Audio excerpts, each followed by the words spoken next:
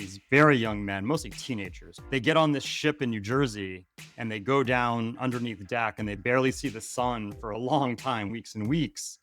They don't know where they're going and they finally get there and they're this place they can't even possibly imagine. These are before the era of mass communication and mass travel. It's hard to understand how exotic and weird this place must have seemed to these people.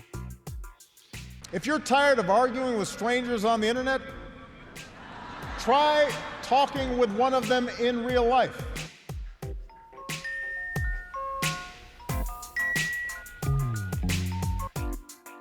Welcome to Back in America, the podcast. In 1944, a US soldier killed a white lieutenant, vanished into the jungle, and months later reappeared as the king of a Headhunter tribe. Journalist Brendan Koerner spent years chasing that stories. His book, Now the Hell Will Start, retraces Herman Perry's descent into the jungle and the system that pushed him there.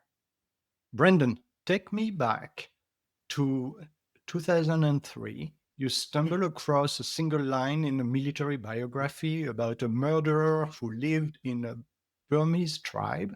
Mm-hmm. What was it about that note that made you stop everything and start digging?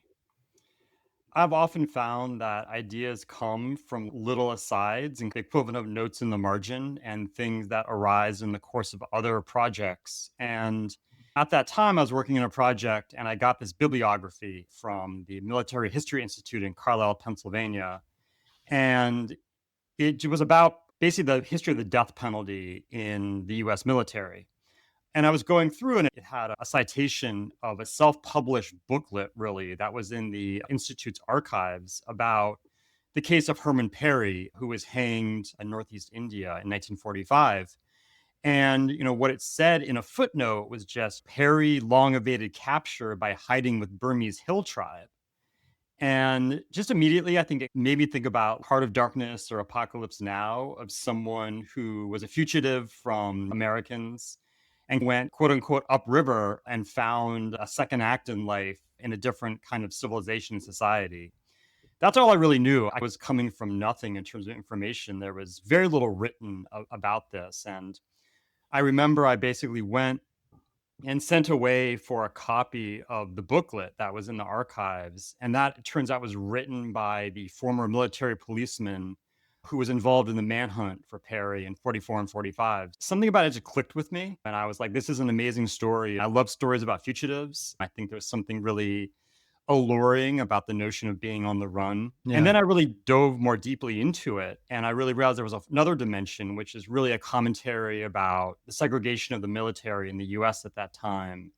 And it was a really important piece of Black American history that had never been written about. I knew very little about segregation in the Army at that time, which the Army was not integrated until the Korean War. So it was a whole thing that had been sitting there that I feel very few people had actually written about and explored. And certainly no one had really explored Perry's full story in depth. And that kind of led to me spending essentially 5 years researching, writing that book.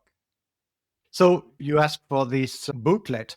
Is it when you filled the Freedom of Information Act request? That was actually prior. Getting the FOIA documents was really key. It's always key to these kinds of projects. But actually, the first thing I did is I just emailed them and said, can you send me a Xerox copy of this self-published booklet that's in your archives?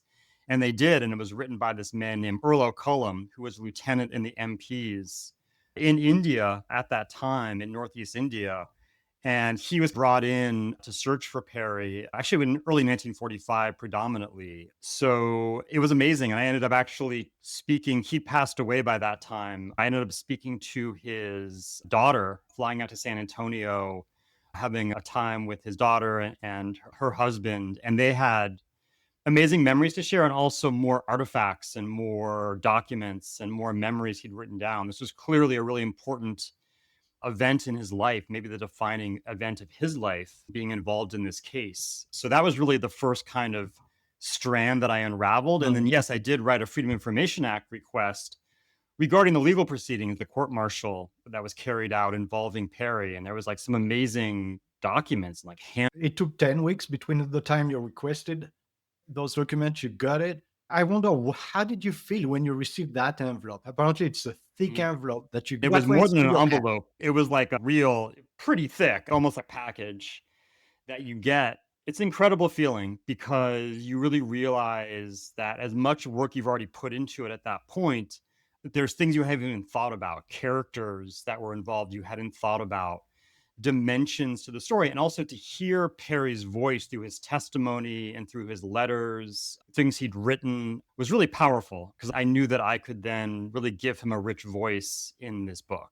So now I'm really curious at how you managed to get into the head of Herman Perry to describe the man left very little writing, and yet you managed to express the smell of gunpowder or the panic that he felt.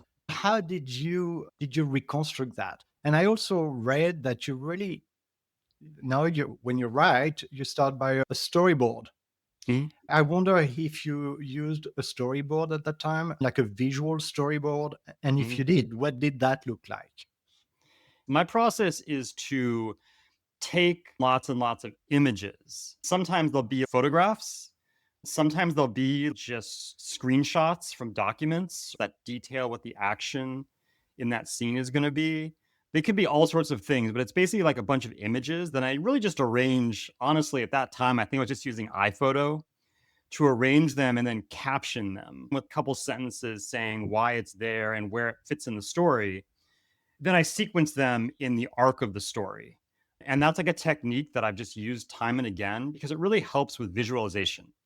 And I will say I didn't do that until I actually went out to this part of the world. I went to Northeast India and Northwest Burma, had traveled this, what remains of what's called the Ledo Road, which is the military highway, the project that Perry's battalion was assigned to help build in the jungle in that really remote part of the world. So, for listener unfamiliar with it, what was the Ledo Road, Yeah. and why was it important? And mostly, why was it such a crucible for the Black people that were taken there to build it? So the idea was that when the Chinese government in exile, which basically set up shop in central China after Japan took over the eastern coast of China, they went to the interior and we needed to keep them supplied. They were our key ally in this part of the war.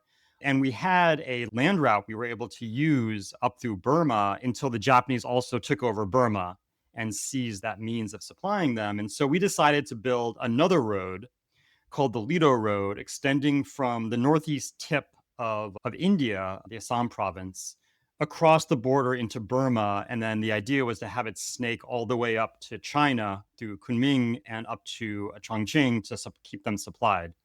Now, this was an incredibly, actually foolhardy endeavor. This is like one of the most hostile environments on the planet.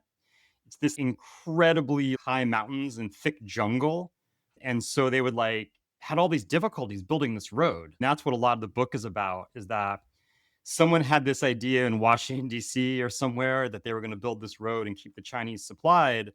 But on the ground, it was almost impossible. It was really difficult. And it took them a couple of years. And it wasn't until basically the spring of 1945 that they were able to complete the road. And by the next year, most of it had washed away. So it really only had a couple months of actual use in the war.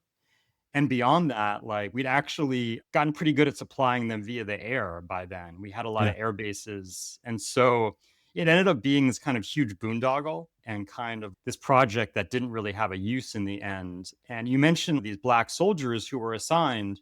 What's interesting about the segregated military is that usually these all Black units would be assigned not to combat, but to labor projects. They were used as laborers. Yeah. And so that's what Herman Perry's unit was. They were shipped, he's from Washington, D.C.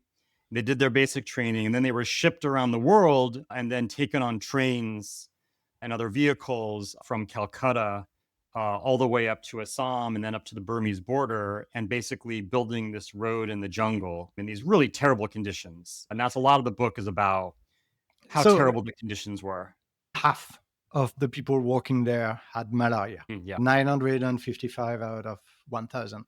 I want to pause here just to better understand who is Herman Perry. He grew up in He's born in North Carolina, North Carolina. but he moves to Washington, D.C. That's like a pretty popular migratory story for Black Americans from the South. But But his he moves to parents were D.C. cotton pickers. Did he work in the field too, or was he too young? No, he was too young, but he becomes a butcher actually in Washington, D.C. And he has a brother named Herman Perry, who's a pretty famous boxer, which was another part of the story that at this time was like really rising up the ranks of professional boxing. But Herman Perry was working as a meat cutter in Washington, D.C., and is actually drafted into the military and assigned to this labor unit that departs to go to what's called the China-Burma India theater of the war. So they actually take a ocean liner and they take it to Calcutta and then transit there to the Indo-Burmese border. Is he traveling in good condition? No, it's pretty bad. Quarters on the ship were segregated. You have these black battalions just traveling in the hold, essentially like cargo. And so they're only allowed limited time above board. So when they arrive in India, they're not particularly in good shape. And what's interesting to me is that they didn't tell them where they were going. I think that's always such a fascinating part of this is that you have these very young men, mostly teenagers. They get on this ship in New Jersey and they go down underneath the deck and they basically barely see the sun for a long time, weeks and weeks. And then they don't know where they're going and they finally get there and they're this place they can't even possibly imagine. These are before the era of mass communication and mass travel. It's hard to understand how exotic and weird this place must have seemed to these people. So Herman Perry, North Carolina, moves to Washington, D.C., is drafted, travel, he doesn't know where he goes. And then he end up like forced labor, having to carve this route in the jungle. Mm. What happened? What happened for him to take his rifle and kill Lieutenant Caddy? Yeah. Help us understand that moment. I think it's what we would now diagnose as a mental health crisis. He basically had a mental health breakdown. So there was a time when he basically was sent to the stockade for some relatively minor offenses. And this was pretty common practice to punish the soldiers by sending them to the stockade where the conditions were terrible in Ledo, India. And he had a really difficult time there. And when he got out, he started So sorry, abusing. a stockade. A What is stockade is a military prison. And when he gets out, he's pretty traumatized by that experience. And he actually starts abusing drugs, which was really common. There was a lot of abuse of like cannabis and opium in particular among soldiers working on the road. It really exacerbates his mental health problems that he's having. And then one day he oversleeps and he misses the call to work in the morning. And so he arrives late and basically he's told that he's going to be taken to the guardhouse and probably court-martialed and sent to the stockade again. And he has a breakdown, a nervous breakdown.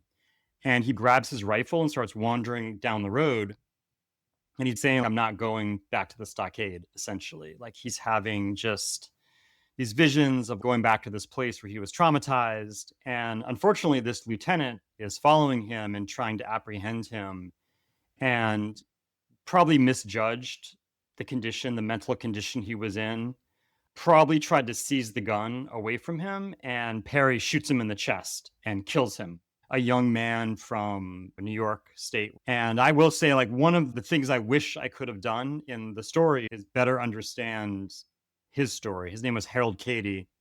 And he also was a young man who had been sent to a part of the world. He was from a small town here in New York State, in South Central New York State, near the Pennsylvania border. When he left, his wife was pregnant.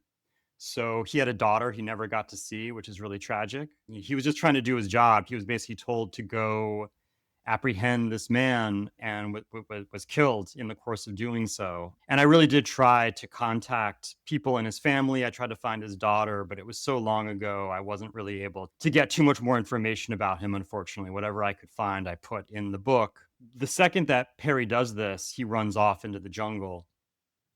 And I think that once he clears his mind a little bit, he realizes that he's killed a lieutenant, a white lieutenant, and that he's surely going to be put to death if he's apprehended, that he's murdered a commanding officer.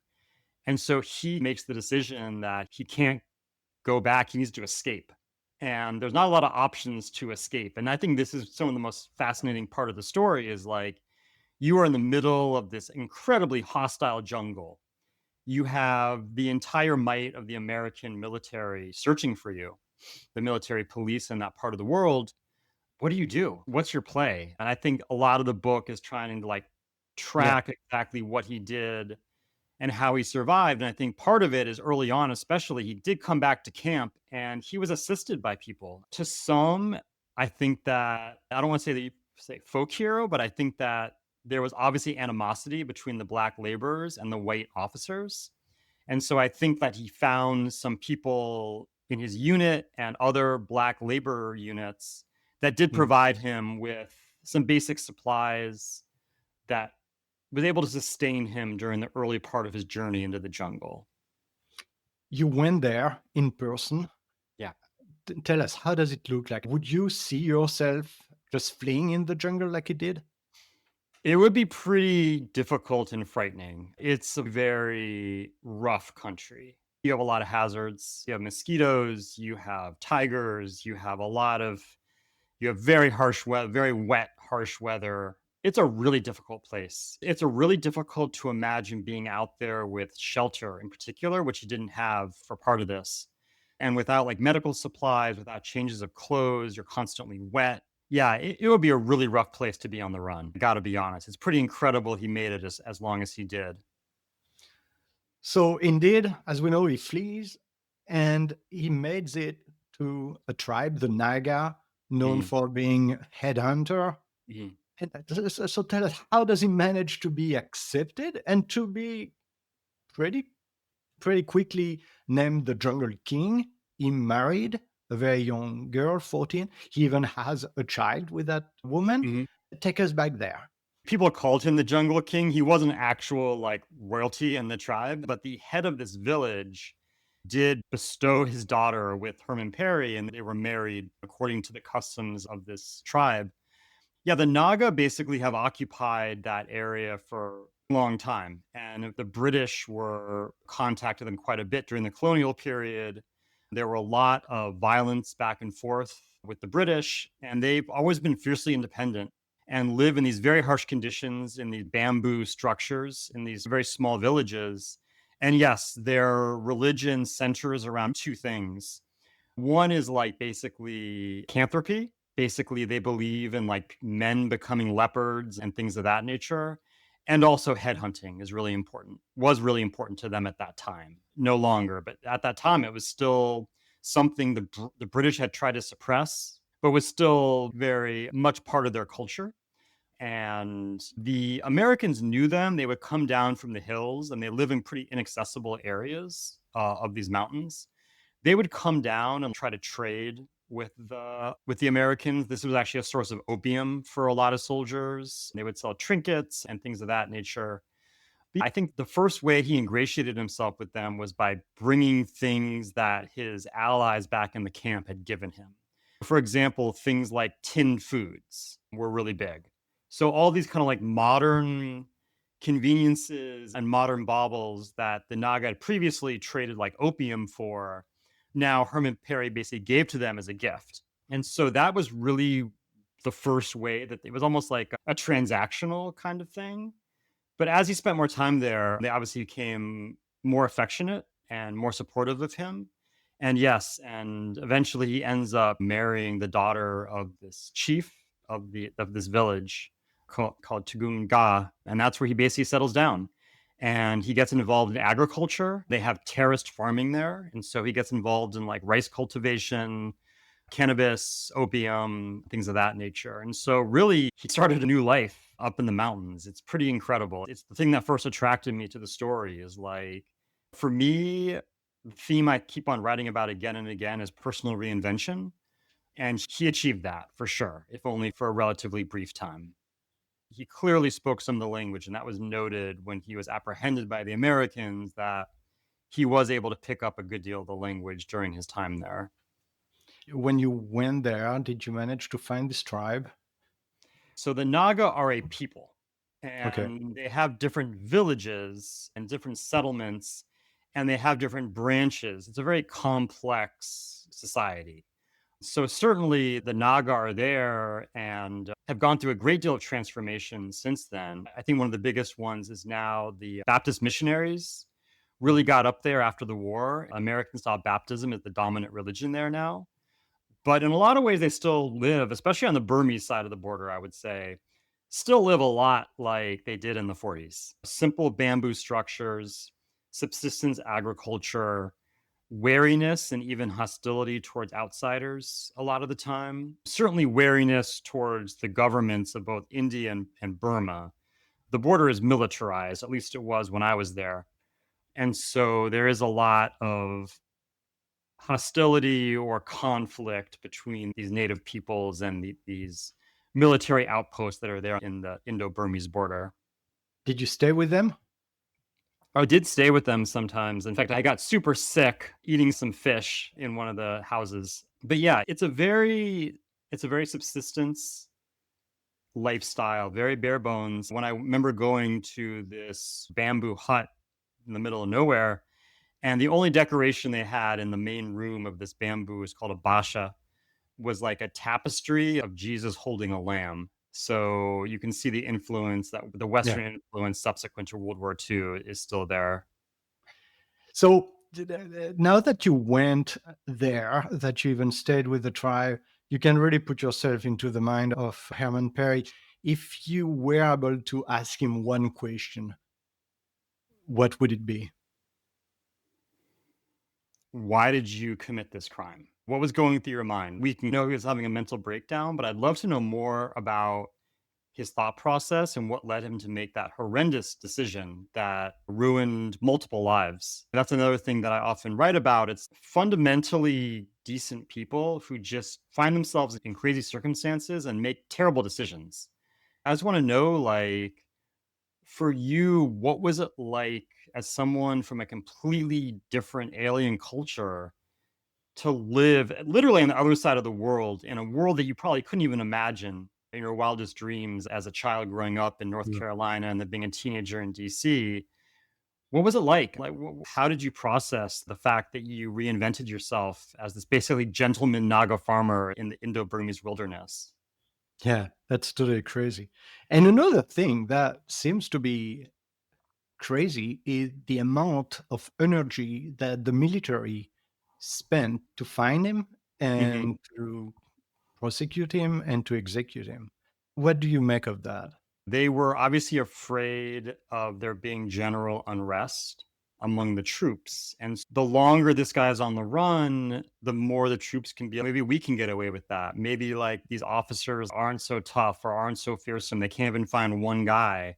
It was like partly about just keeping the chain of command and keeping military discipline was important to this project, Ledo Road. It's like you can't have labor unrest, essentially. The other part is just like he killed a commanding officer, and that's got to be the most serious crime that an enlisted man can commit. And I think it would have been inappropriate for them to just give up after they were frustrated for the first couple of months. They really did have to see this one through. So it took them 5 months, and they Yeah. So finally. yeah, it took them 5 months, and this is what's so amazing about the story is that it took them the 5 months first time. So they are able to eventually get a tip that leads them to the village where he's living. And actually, they go in, and in the course of trying to apprehend him, Herman Perry is shot in the chest with a rifle. Miraculously survives, is court-martialed for murdering Lieutenant Cady, found guilty, sentenced to hang. But the death sentence has to be approved by the War Department back in Washington, D.C. So they're waiting for that. And during that time, Perry is incarcerated at the Ledo stockade, the same place he'd been trying to avoid the first time when he killed Lieutenant Cady. And he manages to escape from there. And he goes on the run for 3 more months, incredibly. And this time, there's even a bigger manhunt. And that's when Lieutenant Cullum, whose booklet I obtained from MHI in Carlisle, Pennsylvania, that's when he gets involved in this case. And they find him thanks to his gun, his rifle. Yeah. He had a rifle at the time, and that's an important clue for them to track him. They were able to track back the M1 rifle that he had. So They eventually pin him down. They basically find him, and he had a much more difficult time the second time he was out. But the village where he was living, Tugunga, is on the Burmese side of the border up in the mountains. The Ledo is quite a ways away. So they drive him back down. It's on the lowlands of Assam. And so he clearly was trying to get back to his village, but it's many miles away, and he was on foot and he had nothing. And so he's living out in the open, trying to get help from people if he can, trying to steal things, like really just some of the gutsiest, like fugitive machinations you can imagine. He never did make it back to his home village, though. And he never see his child. When he was apprehended, his wife was pregnant with his child. This is one of the most amazing reporting things I dug up, is that I found a veteran who had seen the child in 1945. That I basically went to the hill country in Texas. He was quite elderly at that moment, but I found him and he had vivid memories of he'd been sent up into the wilderness. I forget the exact mission he was on, but they go to this village and they show him this child. And it's clearly half Black American, half Naga baby, like a really young child. And partly what I wanted to do when I went over there is, can I find what happened to this child? But I didn't really get any information. I did get a lot of people telling me like, oh yeah, there's other babies, there's other people that had children with US service members, but this is a rough area of the world. Yeah. And So do you know even if it was beyond a that, boy or a girl? it was a boy. I should also say that the Naga, especially after World War II in like the 50s, were involved in like insurgent activities, trying to establish more political autonomy up in the mountains. And there was a pretty brutal suppression campaign. So there was a lot of violence, a lot of bloodshed up in that part of the world during that time, unfortunately. It's unclear what happened to the child, but as I write in the book, it wouldn't be surprising to know that he died rather young. Herman Perry is hung in India, and you spent years trying to help Perry's sister, Edna Yeah. Wilson, find and rebury the remains of Uh, her so this brother was, in Washington. so this was interesting. So I tracked down, it was very difficult, but I found that Herman Perry had a living sister. So I went and visited her and her family in Southeast Washington, D.C. And I didn't really know what they were going to say about this. I'm writing a book about this terrible tragedy your family went through. I didn't know what they knew about what had happened or anything. And what I found in the course of talking to them is like they didn't even know where he was buried. No one had ever told the family where he was buried.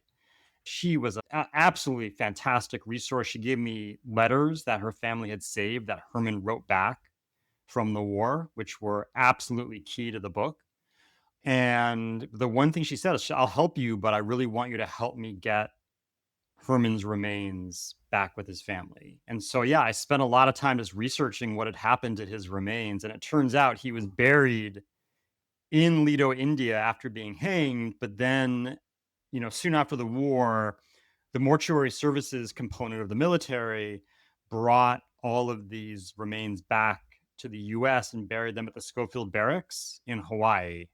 And so he was buried there. And I will give great credit to the mortuary services at Schofield Barracks, were fantastic to work with and very understanding, and helped us exhume and cremate and return the ashes of Herman to his sister. What does this story help you understand America? It helped me understand that a lot of the issues and viewpoints that we're dealing with today, we want to say they're rooted in history that none of us have contact with, but we do. This isn't that long ago that this occurred. And by sitting in a room with Herman Perry's sister and understanding the impact that this had on her and her extended family, really brought home the nation's history of racial segregation, racial resentment still resonates with people, that it's not just an abstract concept for them. It's something that affects them directly still, that the past is not that long ago, I think is the cliche. And it really drove that home for me. And the other thing it drove home for me also is like how decisions get made at a very high level that don't really deal with the realities on the ground. and that the people that are often in charge and are hailed as being the best and the brightest and the smartest are also people who've lost contact with the circumstances on the ground. And that's really the story of the Ledo Road, that it looked great if you trace it on a map, but people didn't understand the human cost of it and how foolhardy it was because they weren't familiar with the terrain or the cultures that existed there. And so it really drives home that sometimes when we think that we're endowing power and responsibility in people who purportedly know what they're doing, they actually don't. That to them, things are abstract and not concrete, and they need to listen better to people who have real firsthand experience of things. Thank you so much. Finally, I know that Spike Lee purchased the right of this story. Yeah. Apparently, he hasn't done anything with it so far. That was back in 2009. Where does it sit?